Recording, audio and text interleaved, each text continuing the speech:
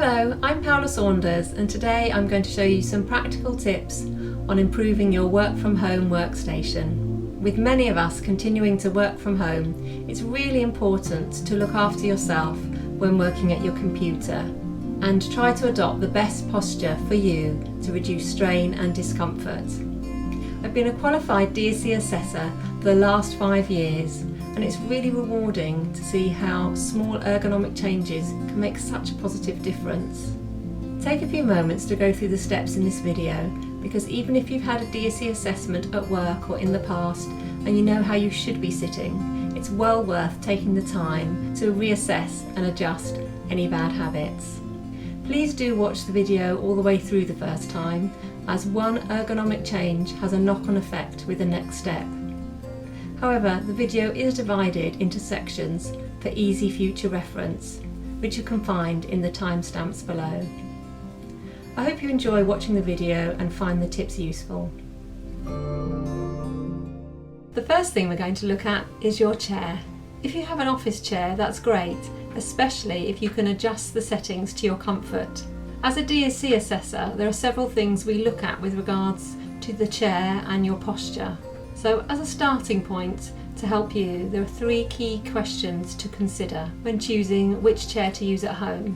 1. Does it support your back? 2. Is the chair seat suitable? 3. Do you need to adjust the height of the chair?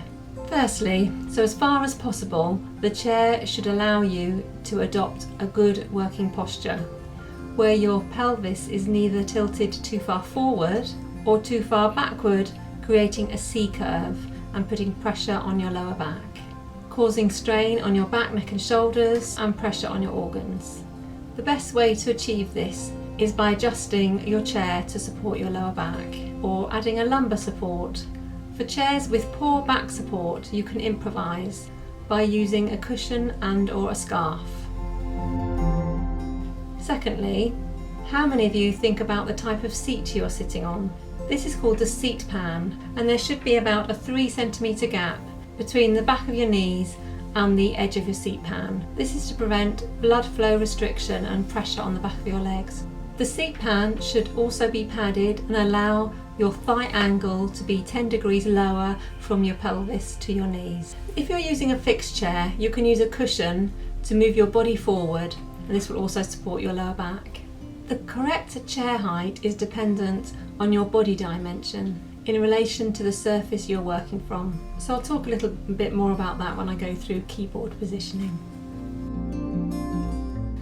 You might not have a choice on the type of desk or table to work from when you're at home. If you can, choose a work surface without added depth so that you can push your chair in easily.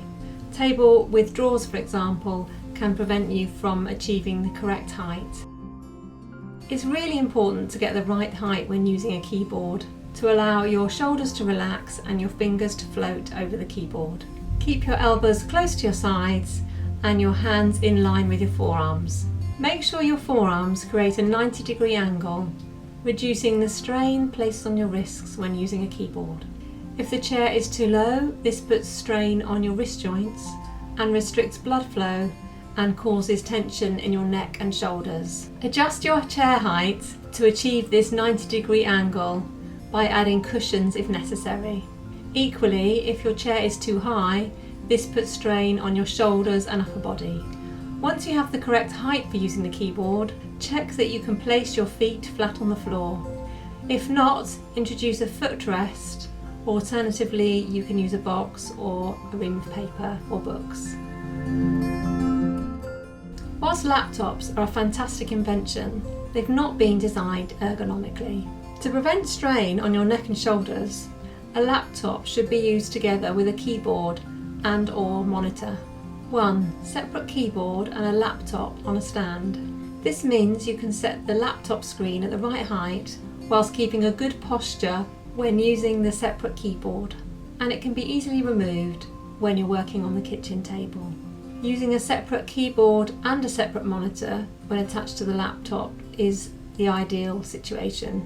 If you like working on your laptop and don't have a separate keyboard, then connecting to a monitor and using the laptop like this could be another option. To check if your screen is at the correct distance, stretch your arm out in front and the screen should be at arm's length. Do you know how to tell if your screen is set at the right height for you? Assuming that you now have your chair at the correct height, here is a really easy way to check your screen height.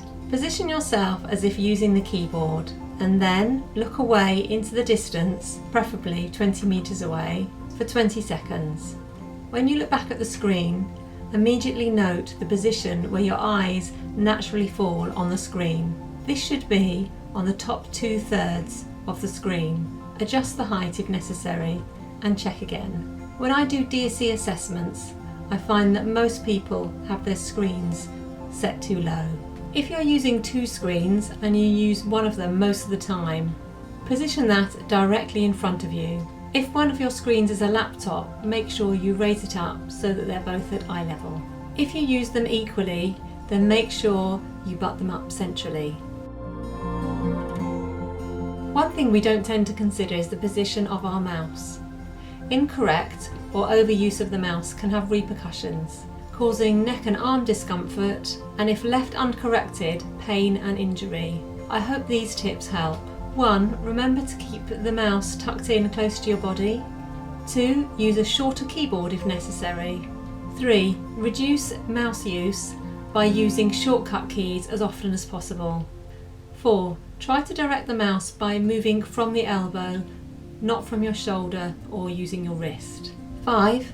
Avoid overreaching.